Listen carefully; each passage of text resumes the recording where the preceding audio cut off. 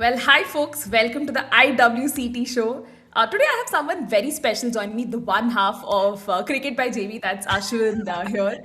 And I think we witnessed a very interesting day of test match cricket, right? After all the T20 cricket that we've been fed with for a Oh, really, really long time. yes. Yes. I And was then, so glad. First of all, thank you so much for having me here. It was supposed to be an us thing, but Pratap isn't here. If you don't know who Pratap is, he's my co-host. But I was so happy watching a test match. Oh, I was so happy waking up in the morning. I know 10:50 is not really morning, but just waking up watching this entire match, very happy. yeah, clearly, because even the day itself, right, quite literally delivered in that regard because India Yes. didn't probably have the best of the batting efforts. But then Hmm. Australia, too, their credit as well kind of struggled. So, yeah, guys, in this live, we will sort of break down what was that day one because we just see a lot of channels entirely focus on men's cricket and the True. men's T20 World Cup that's happening now. True. Cricket by JB is another channel that does a lot of cool stuff. So, please make sure to, check them out Hey, as well. thanks for that. But yeah, Ashwin, let's probably get started with your first thoughts on today's day of play itself. And I know you had the excitement for Test cricket, but at Yeah. last, just what did you make of the day today? It was a very interesting day of Test cricket. I was very excited to see red ball format returning, and then I saw India's batting, and then there was a lot of mixed emotion. It was a roller coaster for right. Seeing Shafali Verma and Smriti Mandana opening the batting, I was so excited for them because they've been so successful as an opening pair in the red ball format. They've both they both average more than 50, and then wickets started tumbling after wickets, and there was just so much domino effect. And then Jemmy walked into bat, and then she batted brilliantly until she also threw a wicket away. And then yeah, everyone just threw their wicket away. And then India came on to bowl, and I was very excited because this was under lights. Ping ball under lights, we know can do quite a bit, and that's exactly what happened. So by the end of the day's play, I'm quite happy with the position we are at. Three down, Australia, three down. The batters didn't look at the full-fledged flow. So yeah, I'm quite happy with where the game is at right now. Yeah, Ashwin, all valid points you bring in there. And just having a look at our live chat itself, Team Super going on to say, fair warning, if a single person disses Jemmy today, I swear to God, I'm taking up arms. Constructive criticism always welcome. Well, Team Super, Right. we are going to be discussing Jemmy's knock in just a bit. But Ashwin, again, what Hmm. did you just make of Australia's decision itself, right? They chose to field first. Now, this is under lights True. at WACA. Like, again, that decision itself sort of signaled to you, right? The conditions, they were taking all of that Yeah. into account. And did you even factor in how challenging that first session was going to be for India itself? Interestingly enough, both the captains wanted to bowl first. And for Australia, it's understandable because in the last couple of test matches, they have been very, very successful bowling first. They have bowled out the opposition and then batted forever. They've just out batted the opposition in the second innings. And that's exactly what they wanted to do today. And in the after the first half, and that's after the first innings, that's what the Australian team would have been very happy with the position they were at, getting India all out for, I want to say, 198. Right. Now, the first 30-45 minutes I thought was quite interesting in terms of conditions. I didn't think it was very tricky. In fact, I would say the Australian batters got the toughest side of the conditions. I thought the Indian batters did quite well in the first 15-20 minutes to just get through overs and overs because that's what you would do in the test format. I didn't think it was a very difficult condition. I thought we were going to score quite big after the first 30 minutes, to be honest. What did you think? Yeah, in all fairness, I did think that, right? The fact that India went in with this, very nostalgic opening duo of Smriti Yeah. Mandana and Shefali Verma itself, Pratika coming in at three, sort Yes. of gave me that assurance that, hey, they're probably going to maximize, make the most of these conditions. But it Hmm. didn't play out that way. Again, we have to take into account the last they played a test was what, 2024, South Africa Yes. at home Yes. in Chennai, right? So they haven't really played a lot of red ball cricket. And domestically too, right? You barely play Yep. any matches. But again, before we start dissecting that batting effort itself, Ashwin, what did you make of the team combinations, right? India had four debutants, interestingly, who were Yes. presented floppy hats and not the usual, like, navy blue caps. Kashvee Gautam Yeah. was playing with the Harleen Deol jersey. Like, a lot of crazy things were happening there. Again, we're not Yeah. dissing BCCI here, it's just cricketing board and all Yeah. of that. Yeah, what did you make of that? I mean, we could diss BCCI. That's absolutely fine. I thought the four debutants were. I thought would they made sense. I wasn't surprised by it. It's unfortunate that Renuka Singh Thakur was injured and she couldn't make it.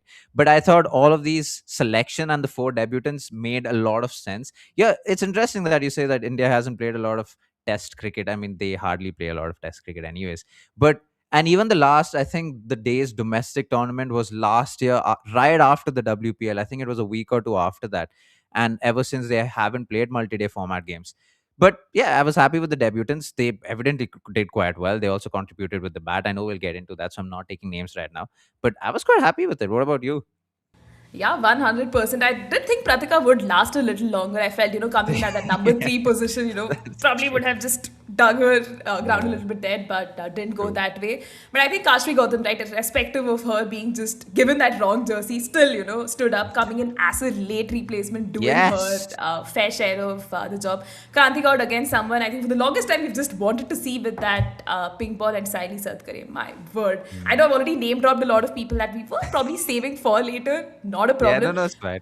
Yeah, and before we just make it an entirely India-centric conversation, Ashwin, what about Australia, right? They had Lucy Hamilton. My word, the Oh kind of my movement God. she was getting off the surface to Yes. get Smriti Mandana out, the perfect debut, right? Yes. It's oh what the entire spell of Lucy Hamilton in the first 30 to 45 minutes, absolutely brilliant. First of all, Shefali Verma was struggling against, to be fair, she was struggling against both the bowlers when they were bowling short of good length. But for a left arm fast bowler to a right hander, that's already a difficult angle for a right hander. But then as a left handed batter, to be fair, there's not a lot of left handed bowlers in women's cricket. So even as a left handed batter, it's quite difficult anyways. But for a ball to seam back into her, oh my god, that was pitch perfect. That you couldn't ask for a better debut, you couldn't ask for a better wicket than to get Smriti Mandana out, one of the best batters in the world right now, and to get a clean ball, bat and pad gap. If I were to be a little critical, and that's what we do on our channel, is Smriti Mandana had no feet in that wicket. She expected to play with the line of the ball. She didn't move her feet at all. And it was leading up to that, right? Because even the balls previously to that, she wasn't moving her feet all that much. She didn't look in full flow, to be completely honest. And that wicket didn't surprise me with the ball coming back in. Don't get me wrong, that's one of the most unplayable deliveries because the ball didn't seam back in. But she also had no feet. So let's just keep that in mind. Yeah, it was a tad disappointing to see, Smriti Mandana fall that way. But Lucy Hamilton, has been just making so much noises in domestic side Yes. of things in the WBBL. Got Yep. picked in the WPL as well, right? Before she's made her senior team debut. So a lot of Mhm. reasons to be excited about in that Yes. regard. And talking about her partner in crime, right, at the other end was Shefali Verma That's it. itself, who Correct. sort of looked, Mhm. fluentish a little later in her innings, 35 or 48.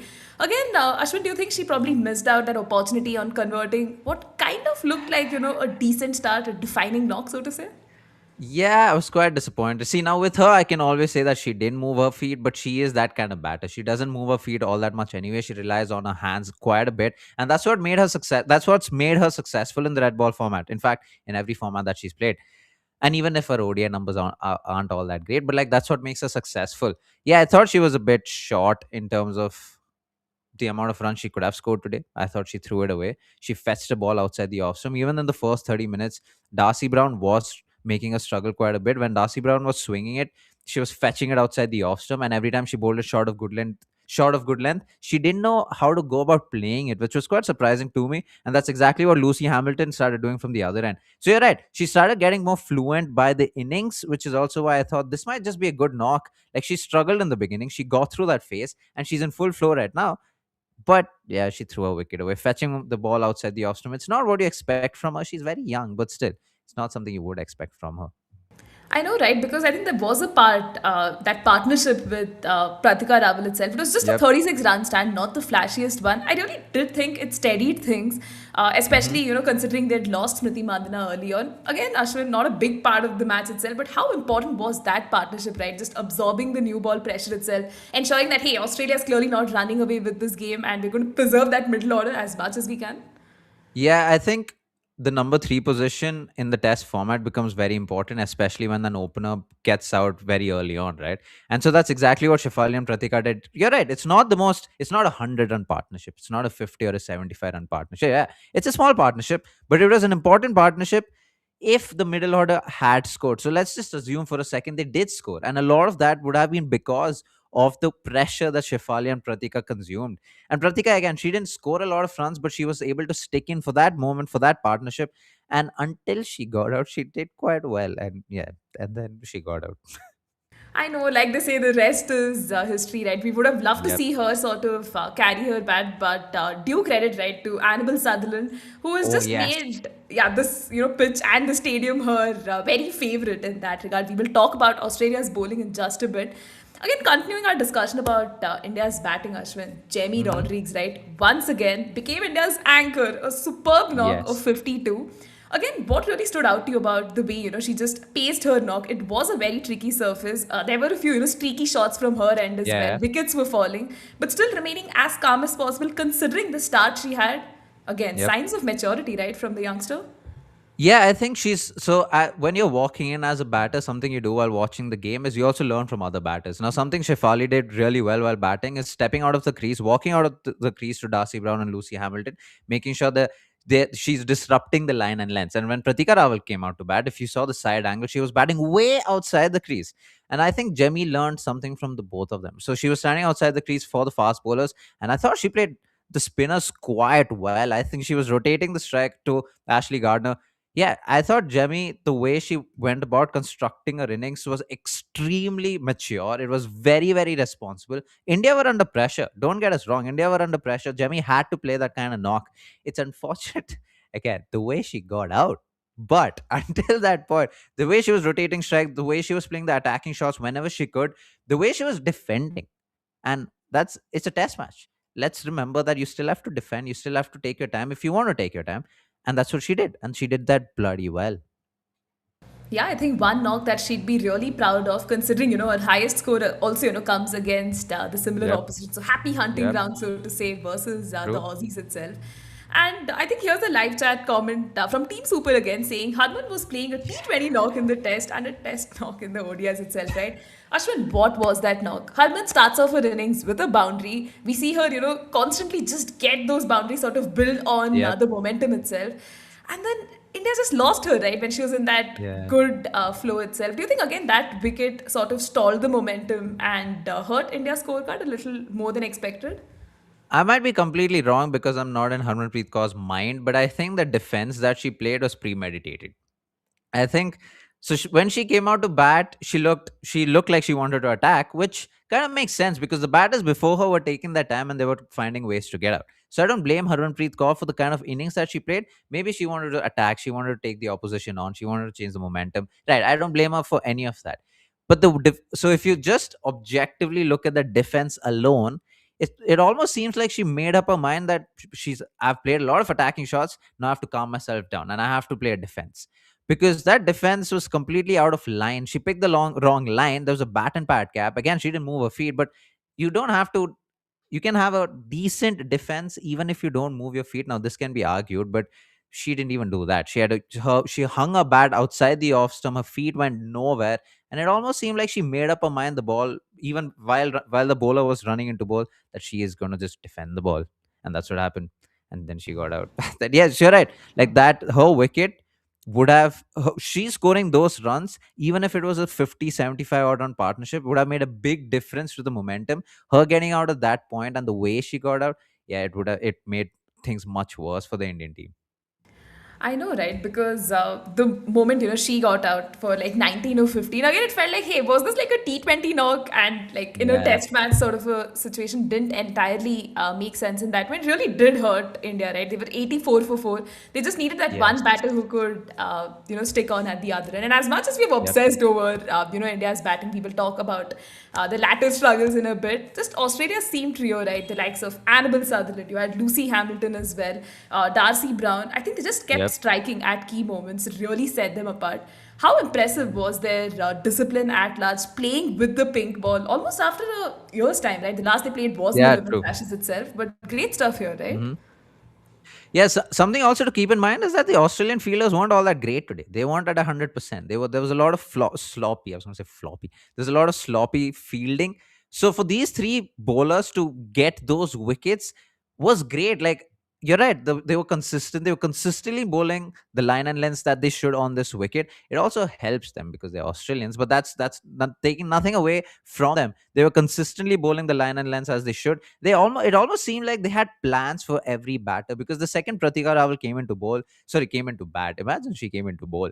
But if when Pratika Rawal came into bat, they tried to bowl stump to stump, and I think it was one of the first few deliveries where they appealed for an LBW, but she got an inside edge. Alyssa Haley did take a review and they lost a review, but they had plans for every single batter. And yeah, I thought they executed that really well. It also didn't help that the Indian batters just threw the wickets away, and it almost seemed like they had no idea how to hold a bat. But all that being said, I'll control myself. The Australian bowlers did really, really well. Yeah, I think it was just one of those days where they were like streets ahead of, just getting all their research right for the Indian batters and preparing well in advance. Because when you look at India's middle order effort too, right, you could see, right, none of the batters really constructed that partnership with Jemmy itself. There were Yep. expectations, right, the likes of Deepti, Richa, but both fell after like start. They were just unable to control itself. But here's where Yeah. you think again, Australia sort of just got in completely. India could just never let go of, sorry, Australia could just never let go of that control itself. Yeah, it's also because okay, so I'll when we talk about Deepti Sharma, she's always struggled against bounce, and she's been struggling. I don't want to say struggling with the bat, but the way she's going about her batting in the longer formats, I think is something to think about. But especially on this wicket, especially on a bouncy wicket, I'll be completely honest. I didn't expect Deepti Sharma to score a lot of runs.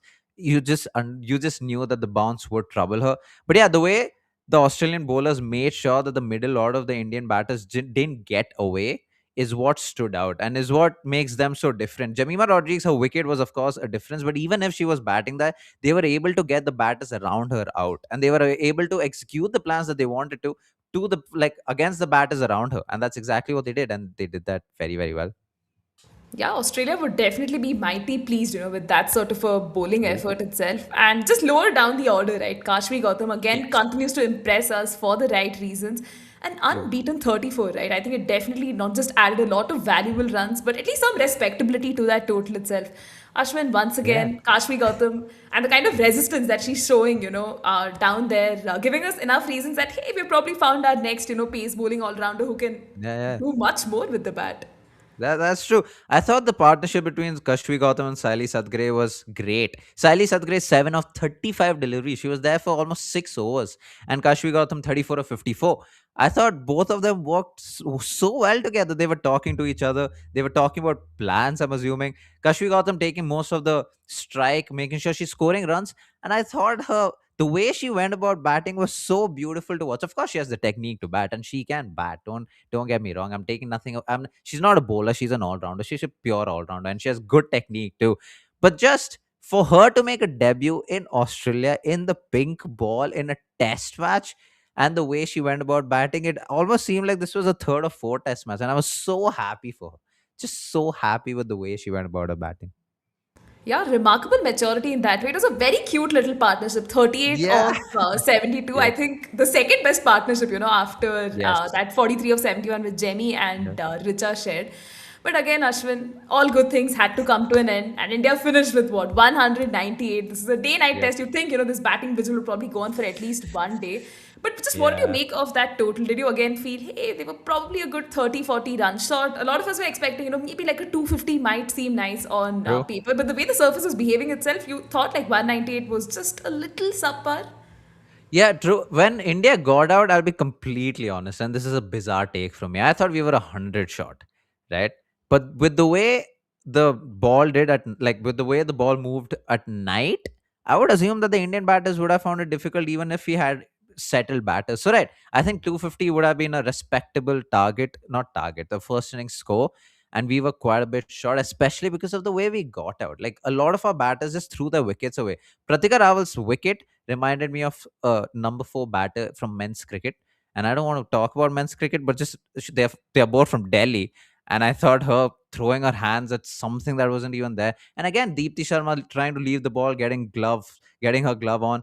Just everyone, even Richa Ghosh, like a bad ball, she hit it straight to mid wicket. Snare Rana fetching a ball down the leg and lobbing it straight up. Jemimah, I wouldn't expect that from Jemimah. down the leg again and just lobbing it to square leg. I think square leg or mid wicket. It's the way we got out. And even if you were like to accumulate those 10, 20 runs, we could have possibly got 100 more by the time the ball started moving at night. So even if I do say, I think we're still 100 short in my head. Yeah, because I think when Harman got out, the score was what, 84 for 4. We spoke about that. Yep. And then to slip to, 198 all out clearly shows, right, that there was no batting intent at all. Yeah. There's only so much, right, your lower middle order can do. But India's innings, folded up in 62.4 overs.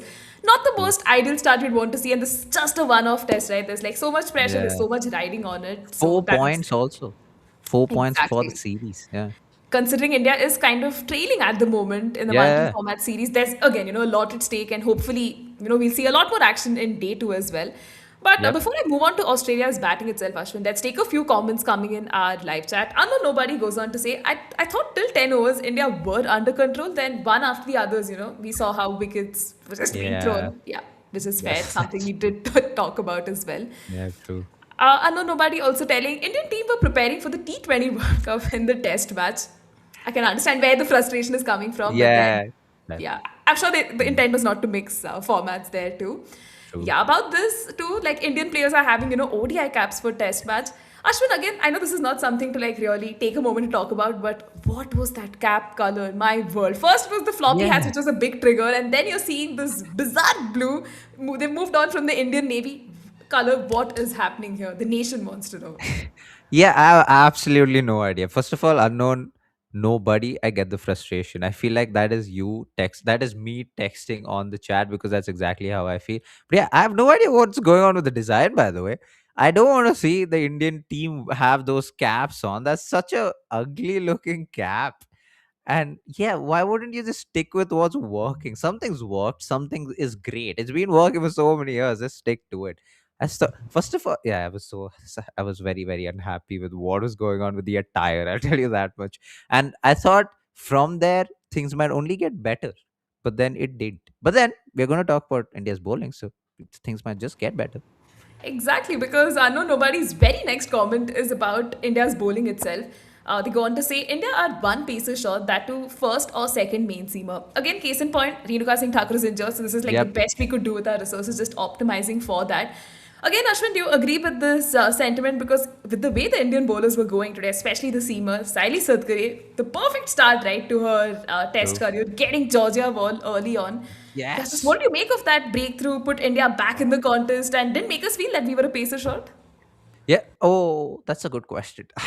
I'll come to the Siley Sadgre spell first. The way both of them started off with the ball, I thought Siley Satghare and Kranti Gaud. To be fair, Kranti Gaud did take a little bit of time to settle in, and I'm sure we'll talk about her as well. Siley Satghare was spot on from the first over, getting the ball to swing it back in, and she was getting so much swing. And I don't know if that's the effect of the light and the pink ball and her being able to swing, because she can really swing the ball back in to the right hander, of course.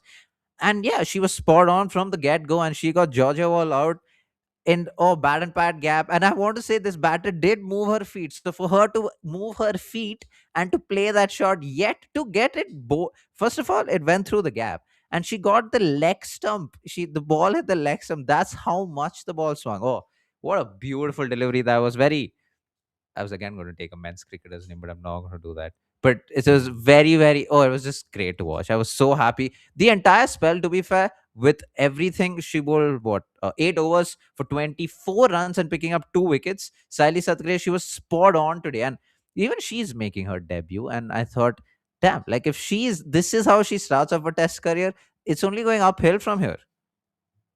Exactly, and I think when Jemmy, presented that floppy hat, you could really Yes. see, right, all the struggles and everything that she spoke about that Sadly has gone through, and to perform at this stage with the kind of wicket that she got, clearly didn't make it Yeah. seem like Oh, India was one pacer shot, as unknown that's nobody's true. comment goes on to mention. But talking about her opener, fellow opener in Phoebe Litchfield. Again, Ashwin, we had just so many expectations, right, from Phoebe, the kind of WPL season she's had, just the past few months itself. Again, we could see, True. right, she's just struggled for fluency for some reason. She fell to Kranti True. Gaud. Again, was that a reflection of the surface, like still sort of offering something for the seamers? And that twilight phase, right, does get a little tricky to Yeah. bat on. I love this question because I'm a left-handed batter, and I could understand what she was going through. So, for starters, if you guys didn't watch the match, the ball was doing quite a bit for the Indian bowlers. So, Sayali Satghare was swinging the ball. Kranti Gaud did swing the ball a little bit, but more than anything, she was seaming the ball. That is when the ball pitches on the pitch and moves away. And for starters, when Kranti Gaud was over the wicket to Phoebe Litchfield, taking the ball away from her, Phoebe Litchfield kept poking at it. She had no, I don't want to say she had no idea what to do, but as a left-handed batter, and if a right hand is coming over the wicket, there's a bit of a blind spot where you just poke your bat. And she was doing that. She didn't look fluent at all, like you said. And I think that's because she's still understanding the pace at which she needs to play test matches. She only averages 25, and to average 25, of course, she has the potential of the world. She's one of the most talented batters out there, and she's attacking by nature, right? And she was not able to attack today. She was Every time she played an attacking shot, she was not able to time the ball, hitting it straight to the fielder. The ball was doing quite a bit. She was missing it. She was playing and missing quite a bit. Interestingly enough, when Kranti Gaud came around the wicket, the commentators were criticizing that move, talking about why would you do this? Phoebe was struggling over the wicket anyways, taking the ball away from her. And the second the commentators started criticizing her, she slashed it one straight to Jemmy, got a wicket away. I think that slash came out of frustration more than anything, that she's not able to just get on with it. And as a left-handed attacking batter, you just want to get on with it, and she wasn't able to do that. But she'll learn. Time like her failures will allow her to know how to pace an innings in the test format, and hopefully for her sake, that's what it does. Yeah, fingers crossed, man. Too good of a player to, have a knock like 9 of 39 define her. A very sluggish Yeah, knock. that was insane. Yeah. Yeah, very sluggish knock in that way to, sort of write home about. Ronak also going on to point out that the setup for Phoebe Litchfield was amazing. Really True, true. loved it. And again, Ashwin, a comment on Jamie's catch itself. I know it did go up for review. They were just trying to see if it was a clean catch and Yep. everything. But Jamie, once again, just having that athleticism thrown all over the Yep. place. Yeah, it was a catch to be taken, because if that was let down, you as a batter know today might just be a lucky day for me. I'm struggling. A catch has been dropped, and I might be able to score a lot of runs. Jemmy diving to the left. It was a beautiful catch. Unnatural side, because she's a right-hander, diving to the left, and she got that catch. I was so happy because, like Ronak, I think said, because of the setup, right? Kranti around the wicket, she was bowling, trying to get the ball closer to the stumps, and then she bowled one very wide. Phoebe slashed at it, and you have to take catches as a fielder. We've seen in the last couple of days how catches win matches, and if you drop catches, it can be lethal. And good on Indian team, and good on for Jemmy. I mean, she's one of the best fielders the Indian team has, and the fact that she took it wasn't a surprise, but it was a good catch. It was a great catch. Yeah, I think clearly another reminder of why she's one of the best in the business, and today was Yeah. clearly one of those really good days. And again, talking about Elisa Healy, right, who is playing her farewell tour, so to say, her Yes. last match of the international career. Every third moment, the camera was panning at Mitchell Stark, and they were making a whole moment out of it. Just focus on Elisa Healy, man. Yeah. She was at the crease itself. But again, I her, agree. Yeah. yeah. Oh, I thought you had a No, no, point to make there, yeah. no, no. I was just saying. No, no. I just said I agree. Yeah. No, I was just going to add on this key. Even her knock itself, right? You could feel like she was trying to counterattack with that knock. She scored a 13, but Sayali Yeah. Satghare once again struck, right? How significant do you think was that wicket? I mean, Healy has that ability, right, to shift momentum really quickly. We Yep. saw a glimpse of that in the final ODI that she ever played. Proved to be the Yes. difference, right, between the two teams. But again, here, what did you just make of her presence at the crease? I mean, the way she walked out to bat, I think she wanted to attack. We saw a couple of shots just right. Yeah, right off mid off. But she was taking the attack. Like every time she got the opportunity to get every time she got an opportunity to let go of an attacking shot is exactly what she did. And for Sayali Satghare to get that wicket was very, very important, because if Alyssa Healy takes off, she will take off. She doesn't care that it's the test match. She will go at a strike rate of more than 100 if she can. And I thought, because of the mindset that Alyssa Haley had, that was why she got out to begin with, because she was way too early into that shot. Very, very early. You know, you're early into the shot when your bat is already way past the shot and the ball is still in front of you up in the air. That's when you know you're just very early into the shot. And I think she fell victim to her own mindset. But I mean, good for Indian team that she got out. So good for her. Good for them. Yeah, and to just probably cast our attention to India's bowling side of things itself. Saidi Sadgari finished right with those two Yes. key wickets. Just how impressive, right, her spell was. When you look at her pitch map as well, the way she's just mixing the Yes. line and length as the best of her ability itself. I mean, just seeing her bowl in these conditions under the lights, just stuff of beauty, right? Oh yeah, 100%. This happened even when Ellyse Perry came on to bat. To be fair, Kranti Gaud bowled more to Ellyse Perry, but yeah, Sayali Satghare spell just showed by consistency is very important, and the ability to control swing. A lot of people take that for granted. When the ball is swinging so much, especially pink ball, especially under lights, you could easily lose your line and length and not know what to do and start bowling cross seam because that's the last resort you have. But for her to make a debut, she's playing for the very first time, and I hope people understand that in the test format. And for her to be able to control the swing, the amount of swing she was getting, and to be able to control that, hats off to her, which means she's practiced day in and out to make sure she's owned that skill, and that's what was at display today. She was consistent, she was able to control her swing, and she was able to do this for a very long time. 8 overs is no joke, and she was able to do that, especially because the conditions are hot. Even though it's night, it's still warm, it's still hot, and tomorrow will be hotter. But for her to do that, yeah. And even for another debutant, right, at the other end was Kranti Gaud. She bowled almost 11 overs, taking a huge load, right? Yes. Looked a Yep. very refreshed Kranti for some reason. Like we've seen her in the T20 and the ODI, like probably not Yep. being her incisive and best self. But hey, she chipped Mhm. in with a wicket on debut as well. Again, if you just had to share your impressions of this debutant, the way she handled, pressure on debut, what did you make of it? I thought Kranti Gaud. Okay, so I'll be honest. The first couple of overs scared me because I thought we're getting the Kranti Gaud of the ODI and the T20 series because she was a bit all over the place, and then the consistency chipped in, and she was consistent. She was able to seam the ball both ways, and that was just beautiful to watch. This is what she's known for. She's a very attacking bowler in the sense that she seams the ball quite a bit, and that's what she was doing when Ellyse Perry came into bat. Kranti Gaud was all over her. Ellyse Perry had no idea what to do. She started stepping out of the crease and doing all sorts of things. And even against Phoebe Litchfield, Kranti Gaud was just extremely well prepared. She was consistent. And that consistency is what was missing from Kranti Gaud. And the fact that she was able to be consistent was very, very impressive. You know what's more impressive, Neha, is the fact that when Alyssa Haley came into bat, Kranti Gaud was brought back in, which means they've done their homework. In the T20 format, in the ODI format, Kranti Gaud has got Alyssa Haley out 5 times out of the 6 occasions they've faced. And so for her to just come back in right after that, good captaincy, good bowling, and eventually they did get Alyssa Haley out.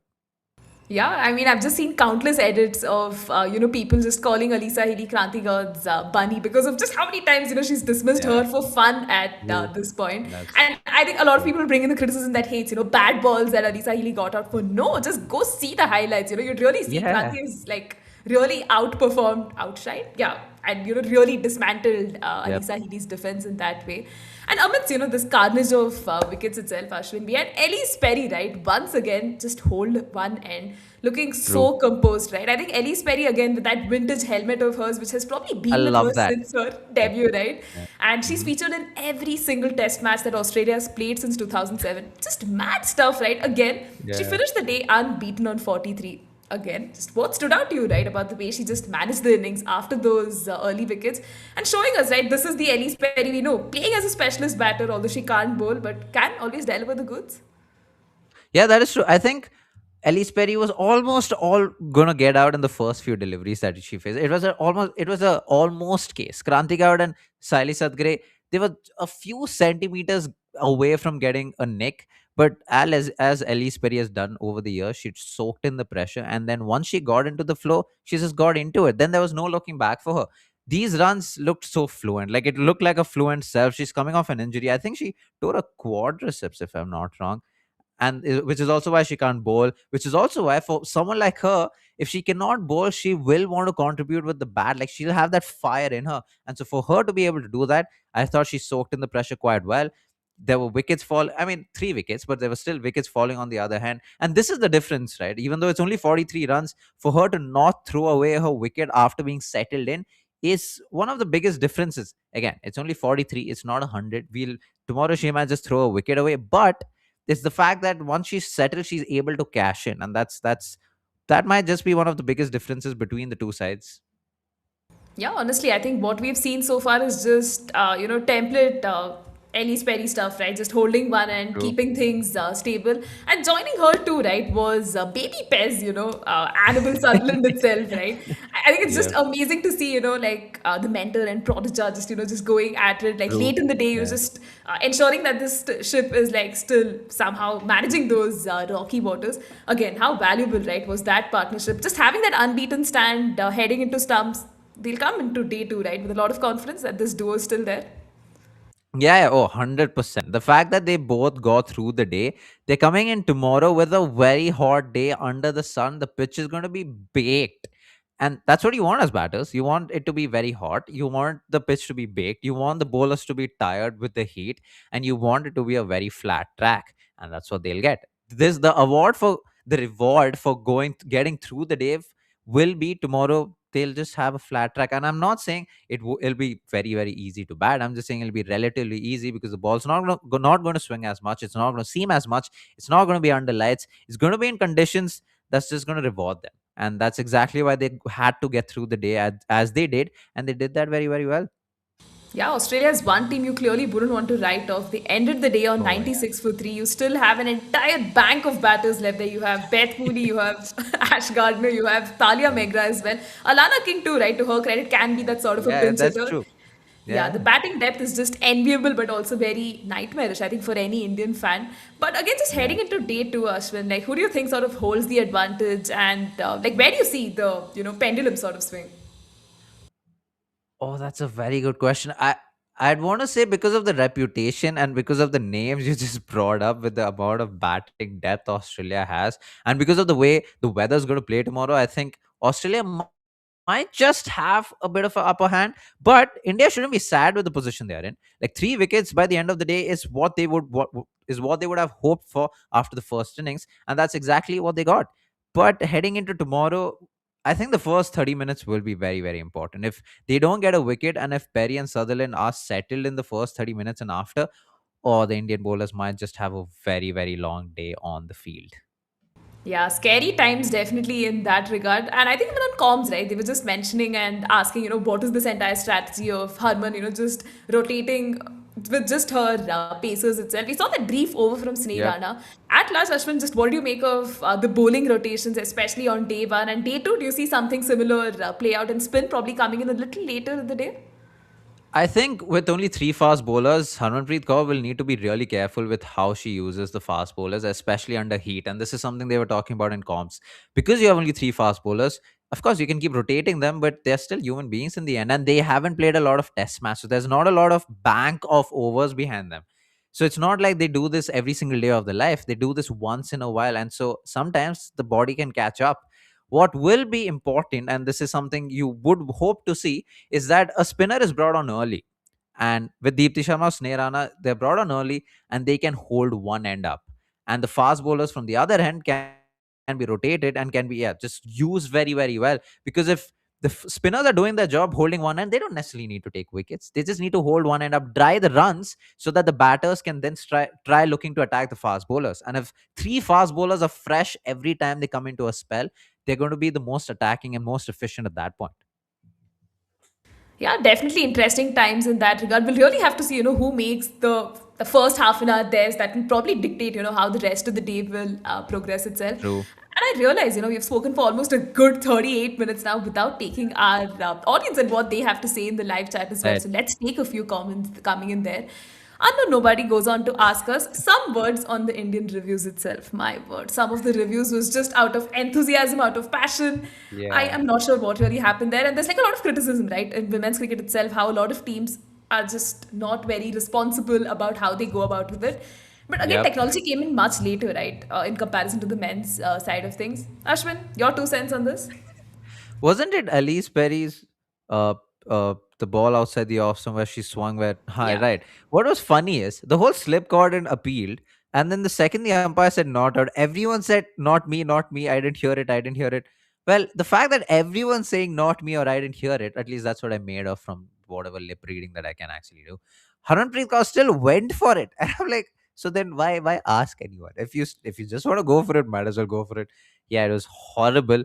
To be fair, I think I would cut them some slack because, like you said, technology came in very, very late in women's cricket. But that review was simply horrible. That's just no. There's not even to be. I mean, to play the devil's advocate, even Australia's review for Pratika Rawal, that was a clear inside edge. I didn't think they needed to take a review, yet they took it, and I'm like, you're the Australian side. There's no way you just did that. But well, if the Australian side can do it, so can Harmanpreet Kaur, and so wow, just horrible reviews all around. Honestly, my theory is that like desperation makes you do a lot of funny things, right? Most of the True. teams are just not accustomed to playing like long format or just Yeah. longer periods of play, right? So you want those quick wickets. You don't want to like leak those runs, get those wickets as early as possible. So you just end up resorting to reviews to ensure you just have those wickets in your kitty. But again, probably a little more revision and homework in that regard of being a little mindful of just taking reviews Yeah. can really, really go a long way. But thank you so much, Unknown True. Nobody. This was a question that I did sort of, miss taking a little early on. I think even when I asked you like who's heading into advantage going into day two, like Unknown Nobody goes on to say 65-35 right now in, Australia's favor itself. Further adding to India's woes, Lucy Hamilton can bat too, right? How did we just True. forget that? Yeah, that's that's true. Yeah, she can also. Everyone can bat the Australian team. Everyone can hold a bat, score a lot of runs. Yeah, it's going to be a long day. Might just be a long day for India. I know their tail really wags a lot, and it's probably going to be that tomorrow as well. But Ronak also goes on to say just a highlight package won't tell you how composed she was, talking about Perry. The innings building for Perry in tests is rather stubborn at start, but then we see, True, right, true. how she's Yeah, able to accelerate, and that really makes her quite the special one. A comment here on Sayali Satghare as well. She was the best bowler for India. She kept her line on the fourth stump, just ball after ball. I mean, it yep, was just amazing to see her there. Just execute her craft to perfection. And we have a really sweet comment here. Thank you so much. These are some really amazing observation skills, guys. On it point is. analysis, kudos. Yeah, thank you so much for that. Although Ashwin's doing most of the talking, like, man is really That's astute with his observations. For more, check out their channel as well. I'd really say that's that, very yeah. cute of you. Thank you. Yeah, and we have another comment here from Unknown Nobody as well. This is not the first time in ODIs and T20s that India took some horrible reviews. So, Ashwin, again, clearly a pattern you see here, right? Yeah, I mean, we saw this in the ODI World Cup last year. We saw this in the series. We see this. We've seen this for quite a while, and I feel like Harmanpreet Kaur is so like you said desperate. Like I know she wants a wicket, but for a second, just take a step back and think is what I want. I also want, like, I'm sure Smriti is like senior enough to just go up to her and tell her, dude, like, calm down. Like I want someone. I would hope that after all this time, there is someone to tell Harmanpreet Kaur no. I hope that there is a no sayer in the team, because if there isn't, then this problem will never stop. And I have a feeling there is no sayer in the team. I don't think there's someone who can just tell her that, hey, don't take that review, because if you don't have that, then Harmanpreet Kaur will just continue doing what she's doing, and that's wasting a lot of them. And I also feel because us as fans and armchair critics, we're just watching it from home, from a good Yeah, vantage point, slow mo's and true, reviews. So I think we also have the tendency to be a little harsh, guys. So please, whatever we true, say, true, also just take it with a pinch of salt. Again, it's not us, giving any judgment calls, so true. to say. And talking about Smriti itself, I think Unknown Nobody pointed out that Smriti is having a really bad time after the T20I games. Ashwin, I'm sure you guys might, sort of make a video on this problem itself, right? That Smriti has a Yeah. great start and then it just tapers off a little bit. Just what have you made of her struggles? Again, it's not struggles exactly, but then there is that slump, right? That just ends up coming in after a good run. Yeah, I feel like it's also because of the standards that she set for herself, right? She's had a fantastic 2025. And she scored the most amount of runs. She scored the most amount of hundreds. She scored for the Indian team. She scored the most amount of so many things in 2025 in the ODI format, that in the next couple of matches when she doesn't perform, yeah, people often talk about her struggles. Yeah, I feel like I don't think she's struggling as such with her technique or anything. I just think it's just form that she needs to grab back again. Even today, it was just a good delivery. She didn't move her feet, and she doesn't necessarily move her feet a lot, anyways. So I don't think Smriti is struggling as such. I just think it's a bad run of form, and it's okay. Like, it happens. It's three T20s, three ODIs. She didn't get off. She didn't score big, and that's okay. She's had a fantastic 2025. She'll get into things. We have the T20 World Cup coming up, and by the time, you would hope that she gets a form back again. But I don't think this is a big worry. I just think this is just something a lot of batters go through, and she's one of them. Yeah, agree with you there because I think there's this entire discourse as well that talks about, if say Smriti and Harman score runs, oh, India's so over dependent on them, what's the rest of the batters doing? In Exactly. this case, Yeah. you really got to see, right, a knock of gold from Jemmy coming in there. I'm sure, again, not the flashiest one, not a lot to talk about in that way, but still, a very Yeah. composed 52 coming in, which shows, right, that when your seniors fail, you still have others in Yeah. that pipeline to Mhm. carry the momentum forward. There's another comment about the team combinations itself here. India should have not taken all players from ODI teams to test. India should have taken some test specialists. Now, this is a tricky one, right? When we talk about test specialists, who are these exactly? The one name that's coming right at the top of my mind is Shubha Satish. Again, we don't see her in the True. reckoning at all. But Yeah. Ashwin, again, like, do you agree with this comment? Are there any test specialists, especially in the women's side of things? Yeah, unfortunately, I don't necessarily disagree with the comment. I just don't think there are any test specialists because how often do they play test matches? If there were players who were regularly playing the multi-day format, if it was regularly happening, you would call them a test specialist. But even that happens only once a year. So you're not only not having a lot of test matches, you're not having a lot of multi-day format games to begin with. So to call certain players test specialists would be just unfair. I mean, Deepti Sharma can be called a test specialist for all you know. Smriti Mandana, they all average more than 50. Shafali Verma averages more than 50. So they all average so well with the bat and even with the ball. Yes, you have four debutants with the ball. That's also because Renuka Singh Thakur is injured. But Sneha Rana has played a lot of test matches. So these guys could be called test specialists. They have all the experience in the world. Yeah, the other players, you just can't pick them because they don't have a body of work behind them. No, honestly, if the women played a lot of like domestic matches, especially the senior women's like that multi-day trophy, at least you'd have like some sample size, right? But in this case, because Yeah, it's just true. coming after the WPL, and this case, I think after this Challenger Trophy gets done, we will have the Yes. multi-day trophy. I'm not sure if Yes. these players will end up featuring there, considering it's Mission T20 World Cup. You'd want to Yeah. get your bodies attuned more to the T20 side of things itself. And I think this argument is not entirely relevant for women's cricket. I don't think we have like Mm. test specialists per se. But again, food for thought, right? Like, where were some of the names who were there in that 2024 series? Sorry, the 2023 series that we did play against Yeah. Australia and England. Ne- Why were not in the reckoning? Yeah, Neha, actually, I have a question for you. In fact, what is interesting is first of all, knowing that this Australia, the test match was going to happen, I felt like BCCI could have done a better job in terms of having multi-day domestic games leading up to the test match. But forget that.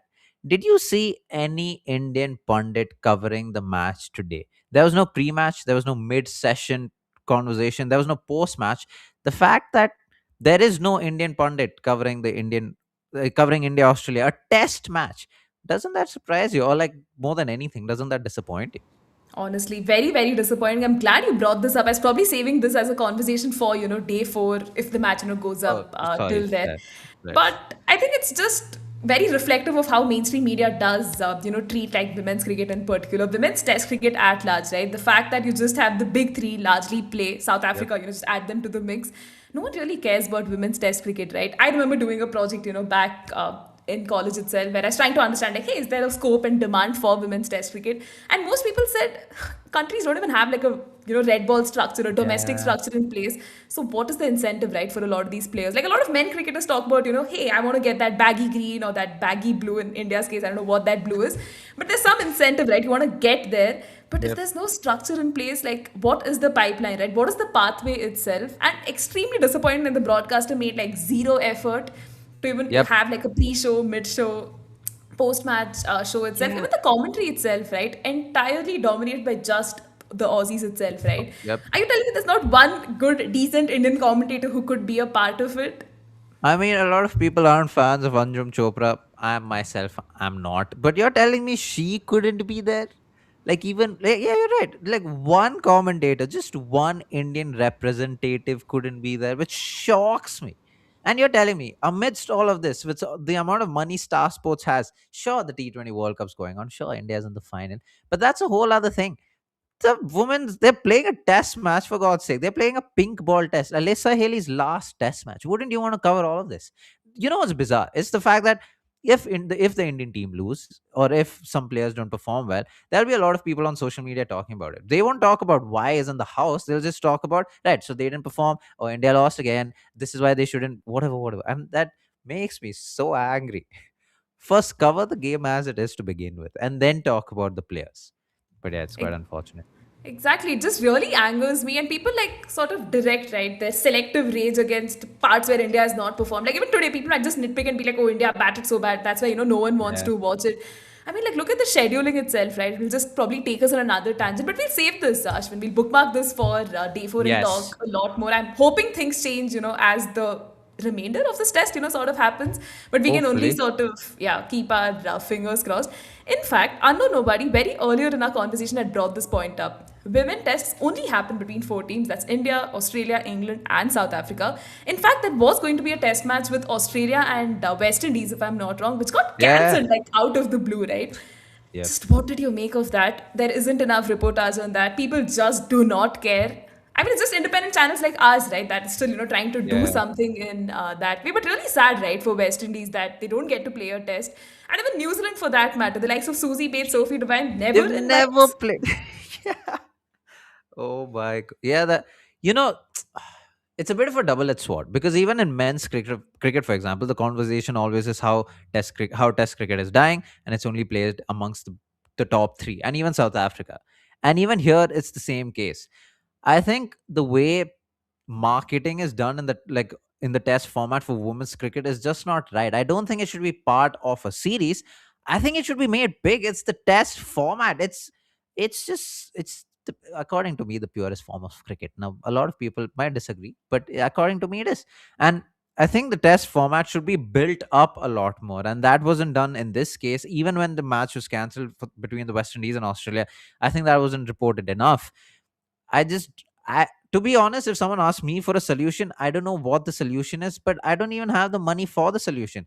If I were to come up with a solution, we can't really do anything about it because apparently the media doesn't want to do anything about it. But I'm sure there is a way to market women's test cricket a lot bigger because when you watch the game, it's so interesting because so much happened today. Enough runs were scored, 13 wickets were taken today. And yeah, it's just such an exciting game to watch, but yeah, I just don't think it's well marketed enough. Yeah, don't even get me started on that because I think the fact that this is just a one-off test, people are like, be happy at least they're playing one test match. Like, why should I take the scraps, man? Would you say the same for the men's side of things? In fact, take Kashvee Gautam's jersey itself, right? She's using like Harleen Deols. Are you telling me the richest cricketing Yeah. board couldn't just get like one jersey, down under? Yeah. I just find it impossible to believe. Yeah. Yeah, I find that. Yeah, I don't even know what to say. To be honest, it's also happened in men's cricket, but even that, like, I don't understand it. You're telling me, you're right, the richest board. You knew Gautam is coming as a replacement. You're telling me Adidas couldn't just print one. But yeah, who am I to say? What do I know about jerseys and printing jerseys?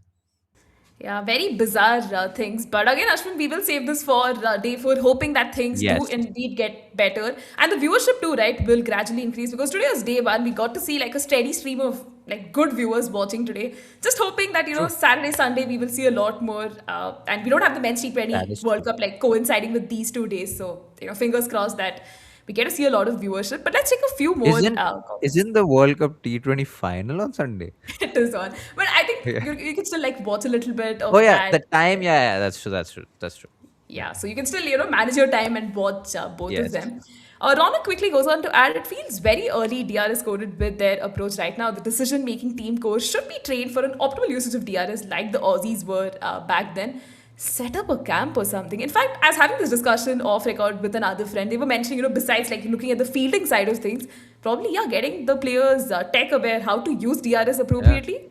Food for thought? Yeah. Wasn't this a conversation also during the ODI World Cup where they practiced it or something? Yeah. I honestly don't know how to make this better because I mean, I don't know. I am aware of the cricketing side of things because we have played the game. I've never used DRS, so I don't know how I would have gone about using DRS. But yeah, I think there should be a better way. See, the thing is, I think in the team there should be two voices. One is Harmanpreet Kaur, of course, the captain, and second, no sayer. If she doesn't agree, don't take it because the chances of Harmanpreet Kaur getting it right at this point is almost okay. Let's just say 5%. I don't know what the stats are like, but let's just say 5%. But if there is a no sayer and if she says no, just don't take it. I don't know how to go about making it better, but I think there should be a voice within the team on the ground to say that, hey, listen, I don't think this is out and we shouldn't take it. Valid point, Ashwin. We'll have to see how that hierarchy really works out in the team, right? Because most teams are packed this way. They have a captain, they have a vice captain, the rest of them are just Yeah. like there in that team. Not sure if they have much of a voice in that way, but this would True. be interesting, if you have someone who can really put their foot down. Yeah.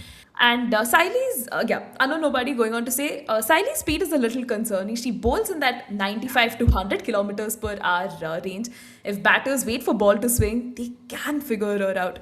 Ashwin, again, point of concern. Do you think Australia might do their homework, overnight, just figure her out, and it might be a slight bit concerning in that way? To be fair, she was also in the WPL, so this isn't necessarily new. Like a pace has always been this much. If not, there sometimes it goes over 100, but if not, on average, it's only this much. The thing is, on this pitch, I don't think it's going to be a concern because the pitch assists the fast bowler squad. Well, I'm not. It doesn't skid on as much, but there is enough bounce, there is enough carry. So I don't think on this pitch it's a concern. If anything, if you look at how Georgia Wall got out and even Ellyse Perry and Alyssa Haley, the way they were struggling against Sayali Satghare, it was because of the slowness of her pace, and because it was swinging that much. You don't really know as a batter what to do. Do you play early? Do you play late? And which is also why Alyssa Haley played it very, very early because she was deceived by the pace. As much as it sounds funny, it wasn't a slower ball or anything, but because the ball is swinging that much and because she's only around 9500, it can be quite tricky for a batter. But that being said, it will be interesting to see how tomorrow goes on, because if she doesn't get that much swing as a batter, as Sutherland and Ellyse Perry, as attacking as they are, they can just step out of the crease, just stand outside, that reduce the reduce the distance between the batter and the bowler, and just might make it advantage Australia and use the pace against the Indian team. Yeah, it will be interesting if they do that. Which also, guys, makes me want to bring in a quick plug in here. There's another very good channel called Women's Cricket Central, run by Akshay, who I used to previously work with at cricket.com. Yes. He did an entire video on, how women's, bowlers work with their swing and seam, and it was a really, really great video. You guys can Yes. actually check that out. Watch that, then again watch Sayali. A lot of things will make sense of how things Yep. work in the world of women's cricket. So quick shout out in that way too. And I think this was another early comment that I did want to take, Ashwin, about Annabel Sutherland itself, right? She copped a lot of criticism from Indian fans for, sort of taking a break from the WPL to work on her personal side of things. And yeah, I know nobody goes on to say she's become that sort of a better bowler. We can see her growth. Again, I wouldn't Yeah, attribute yeah. it just to the WPL break, but in general, we've seen her rise, being astronomical in that way. In this match too, right? Emerging as one of the highest wicket takers, 4 for 46, Yes. and now batting so beautifully. Annabel Sutherland 2.0, once again coming for that Belinda Clark medal. Oh, that's that's a good point. I think, yeah, you're right. I don't know how much the WPL break helped her, but you're right. She came as I think she's come off as a better bowler. The fact that she bowled 17 overs on the day, the most by any bowler on the day, says quite a bit about her. And the commentators were also talking about how she seems like a better bowler, and she seems like she's taken the next level. And I think it's okay. I think if you want to take a break to be a better bowler, might as well. The Indian fans will go on about a lot of things, including the Indian players.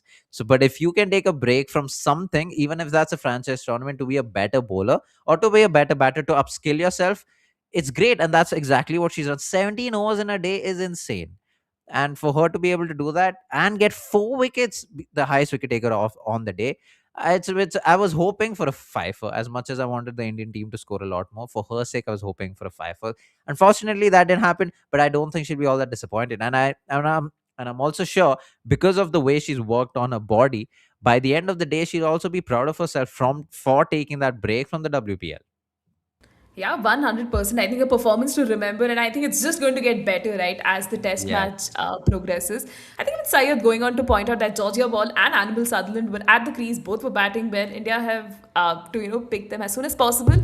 If these two batted long, India had no chance. I mean, Annabel Sutherland is still at the crease. Georgia Ball is dismissed. So let's see Got how, it, yeah. how True. that plays out. I think some of our earlier comments, some of the earlier comments that came in, I'll probably take them now. Rana going on to Yeah. say, mainstream media, like, we'll produce content ourselves. That's exactly what we are trying to do. True. Yeah, and Unknown Nobody also quickly saying here, BCCI is keeping all the attention on the men's T20 World Cup. They do not want women's cricket to take away, that limelight or attention. But 4 million viewership shows there are enough people for games. I mean, there is an appetite, right, for women's test cricket. It's about how 100%. these Yeah. boards, sort of leverage it. And I really, really earnestly hope, putting it out there in the universe on this show, that we get to see a lot more test cricket. But Ashwin, do you think it's far-fetched to think of a WTC for like women's cricket itself? Considering there aren't enough Awesome. domestic structures, it might be like, taking it too fast, probably having like a mandate that every board should have like a women's domestic red ball system. And eventually, maybe in 5, 6 years, we can have a WTC.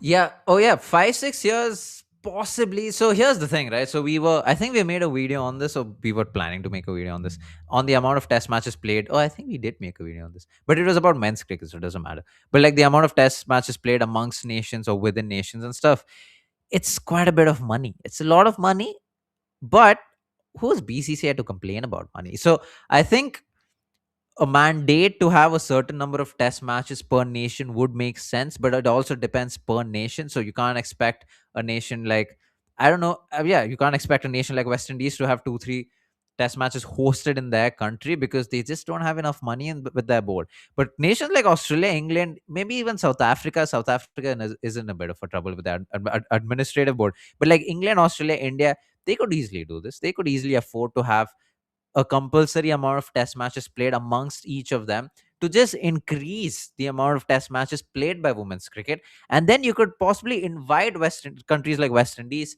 to your country, because then the West Indies board aren't losing any money, South Africa aren't losing any money, they're coming to your country to play test matches. So if anything is beneficial to them, it might benefit you in the long run. I think the boards, especially with a lot of money, should look at women's test cricket in the long run. And I think you might not make money now, and it's okay. You have plenty of it. You might possibly make money a few years down the line, when test cricket for women is just flourishing out in the world. They just haven't played enough cricket, so just give them games, and there are a lot of people who want to watch them play, and they might watch them all. Honestly, that was so beautifully put, right? So many valid points there, and I hope that intent, does eventually come in, from administrators. Because if again, fans, armchair critics can point this out, not sure, Yeah. what boards are doing, just sort of adding money to their treasury and not doing anything to, help the game grow itself. And we have a lot of agreement in the chat as well, Ashwin. Like Ronak goes on to say, the women's test is my outright favorite. Australia tour of India was legendary, last time around. I mean, Yes. India is Yes. absolutely dominant. At home, they are just an entirely different beast. I know people will bring in the comment of like dust bowls and all of that, but hey, women's cricket is different from men's cricket in True. that way. But we did get to see some really good contests, and I'm sure this one-off test will also give us those sort of moments and match to remember. Yep. Asta going on to say today it was like DC versus DC blood, right? I mean, Jemmy, we Yeah. saw Annabel Sutherland, Lucy Hamilton, Yes. just all of them. Alana King as well, right? Oh yeah, that's true. Oh yeah. Oh yeah, that is very true. This is why I find this very interesting. Like, to have a series right after the WPL where these guys have played together, and now they're playing against each other.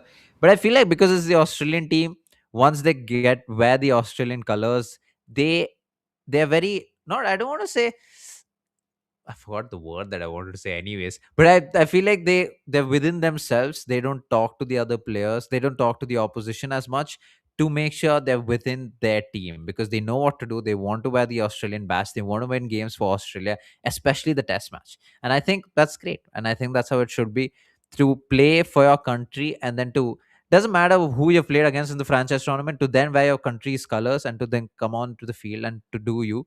I think that's how it should be. A lot of people might not agree, but I think it's a good way to play for your country and to win matches. Yeah, interesting point there. And our live chat today, Ashwin, really, really buzzing with some great points. And I have been screaming about this for the longest time. Please, for the love of God, just give all domestic trophies Yes. legendary names, right? The senior women's, blah, blah, blah. Just such a mouthful. Same with Oh this my series, right? Where do god. you stand on this, considering the men's series have, like, Syed Mushtaq Ali, you have Ranji Ranji Trophy, Trophy, yeah. Tulip Trophy, all of them. In the women's side of things, right, there's so much scope. Why aren't we changing the names of the tournaments? Now's a better time than any, right? Yeah, first of all, when we sit down to make videos on this, and when we see the name, I can't even say the name without reading the line 100 times. And I'm like, why can't they just name it something? Just name it. It's the easiest thing to do. You have so many legendary women cricketers from India who are still, most of them are still alive. So do it while they're alive, to honor them. Most of the names for this domestic tournaments for the men's cricket, they weren't even alive by the time the names were given to them. So I mean, if it's great, like, they're good names. Ranji Trophy is a good name, and he didn't even play for India. Let's just put it out there. But for women's cricket, these players are alive. You could honor them by giving these names.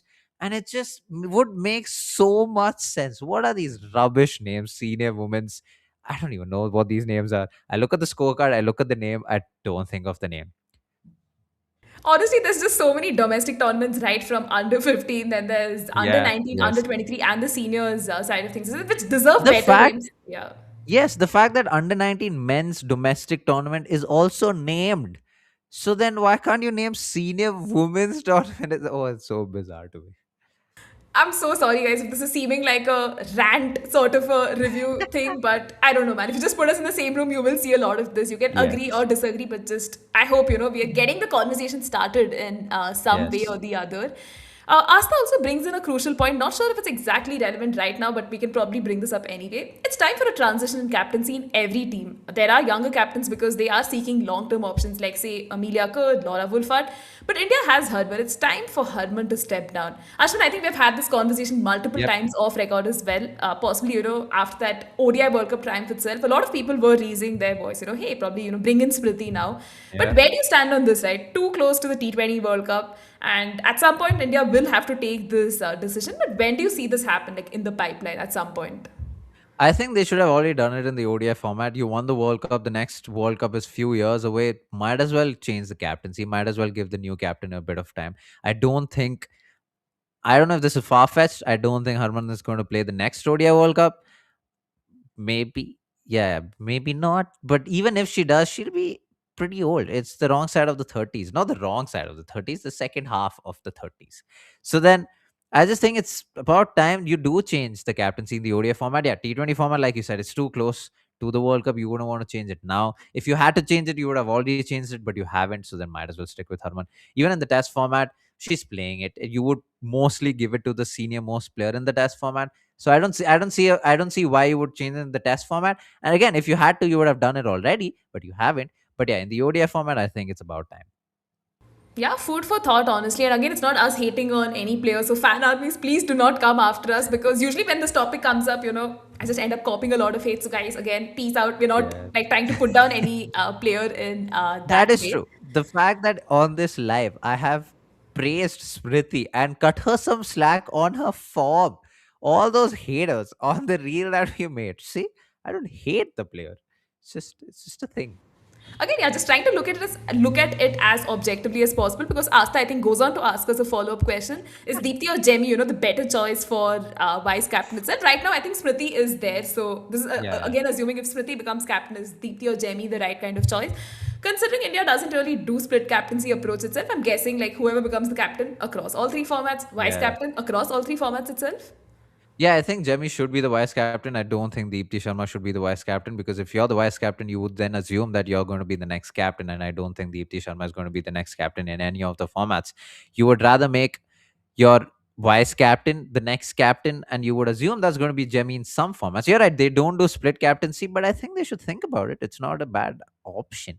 But right, if I just think Jemmy should be the vice captain, it just makes sense. She's already the captain, and she's a successful captain. She took DC to the WPL final, so she can captain, and so if she can do that, might as well be the vice captain. Yeah, we've seen a lot of those captaincy chops, come through in the WPL itself, right? For Delhi Capital, she's been captaining the Mumbai side in the domestic Oh side of yeah, things. yes, yes, Would yes. be very excited to see if India does end up taking that plunge. In fact, I think Mithali Raj had vouched for her to become captain, no, after that Yep. very disastrous Yes. 2024 T20 World Hmm. Cup. So yeah, let's see how that ends up panning out. Shajin, a friend of the podcast, goes on to say the reason ODIs happen is because of the mandatory women's championship matches. Once ICC said, playing tests is up to the respective boards, it was always going to die. Now it's just a novelty toy. Which is such a fair point, right? So many Yeah. boards is, not interested in growing the women's test cricket side of things for a reason, right? They just don't want to spend money itself. But do you think like some structure from the ICC, a mandate itself, could maybe help things? Yeah, again, oh, I'm going to play the devil's advocate here for a second. As much as I love Test cricket, when we were making the Test cricket video for men's cricket, we saw how much money the boards were losing. And this was men's cricket, right? Taking nothing away from women's cricket. On average, men's cricket, they do get more viewers. And if you're losing money making men's men's play the Test cricket, then the question is, why would we do the same thing? Or like, why would we lose more money having Test matches for women? Except, just like the Indian team can do it. No, like BCCI can afford to do it, is my point. Like BCCI, Australia, England can afford to do it. And if these three countries can do something about making sure that women play more test cricket, I'm sure other nations would want to join in. And you're right, if they have a mandate of how certain nations should possibly have certain test matches played out, I don't know how it's going to work out. I'm just saying this as a biased test cricket fan, but if they can do that, then it might just possibly help test cricket. I really hope it does, right? Because right now we just see this influx of a lot of fans, who are waking up and smelling the coffee that, hey, women's cricket is actually fun. Imagine them just growing up, right? Not having this True. imagination of what women's test cricket is. It's an absolute shame, right? Oh Even my for us, god, that is growing up, we true. didn't have a steady appetite of women's test. It's a lot about, Yep. reading about it, what really happened, which is not how things are supposed to be, right? Our future generations can't just remember it for like one-off tests and contests like that. But due credit to the big three, at least they've been playing as much as Yeah. possible and just keeping the format alive in some shape, form, or capacity itself. And I know Ashwin, we did go on a lot of tangents in this very very fun conversation, but almost as we reach the end of our discussion as well. Do you have any last and final thoughts? We will be regrouping tomorrow after day two's play itself. But do you have any expectations for tomorrow and anything that's just like very excited and looking forward to? I'm looking forward to the first 30 to 45 minutes. I think in a test match, what is very exciting is to see the first 30, 45 minutes the next day because of a couple of reasons. One, the heavy, not the heavy, you would assume the Australian team would use a heavy roller. The rollers are being used on the pitch. The pitch is at its finest, but also you would know the conditions and how the pitch is going to play out in the first 30, 45 minutes. But also, interestingly, in Australia, because these are drop in pitches, pitches also start to take shape after 45 minutes. So even after 45 minutes, as much as I say the first 30, 45 minutes are exciting, even after 45 minutes you will see the pitch start to deteriorate a little more because the roller's effect has gone down, and so you would see a little more things happen. So I will want to see when the spinners are brought in, if it's going to turn, if Sneerana and Deepti Sharma can get anything off the pitch when they are introduced, when Harmanpreet Kaur decide to introduce them to begin with. And yeah, how the fast bowlers go out, and if there is anything for the fast bowlers like it was tonight for them. Yeah, if not, yeah, then the Australian batters are just gonna score a lot of runs.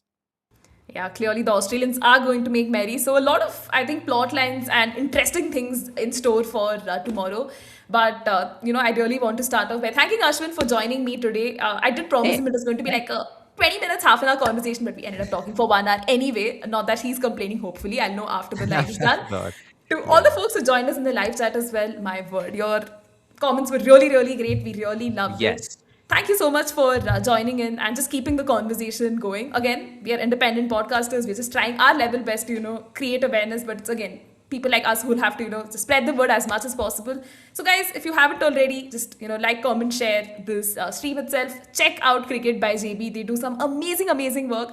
Let's get them to 1 lakh by the end of the year. Again, he didn't pay me to do this. So Wow. yeah, let's get them Right. to 1 lakh Oh by my the end of god. this year, and this very humble channel to maybe 1,000 subscribers by the end of this month. Very ambitious, but that's all, No, I guys. mean Thank you so it's much. quite possible. A lot of days left for this month. 1,000 subscribers. Might as well do it. I think we'll get there. I think with these lives and a lot of matches coming up, we'll get there. Yes, Ashwin, really love that optimism. But yeah, folks, until next time, stay safe, take care. You will see us at the same time tomorrow to discuss day two. But yeah, let's hope we get to see a very riveting day of cricket. Bye now. Yes.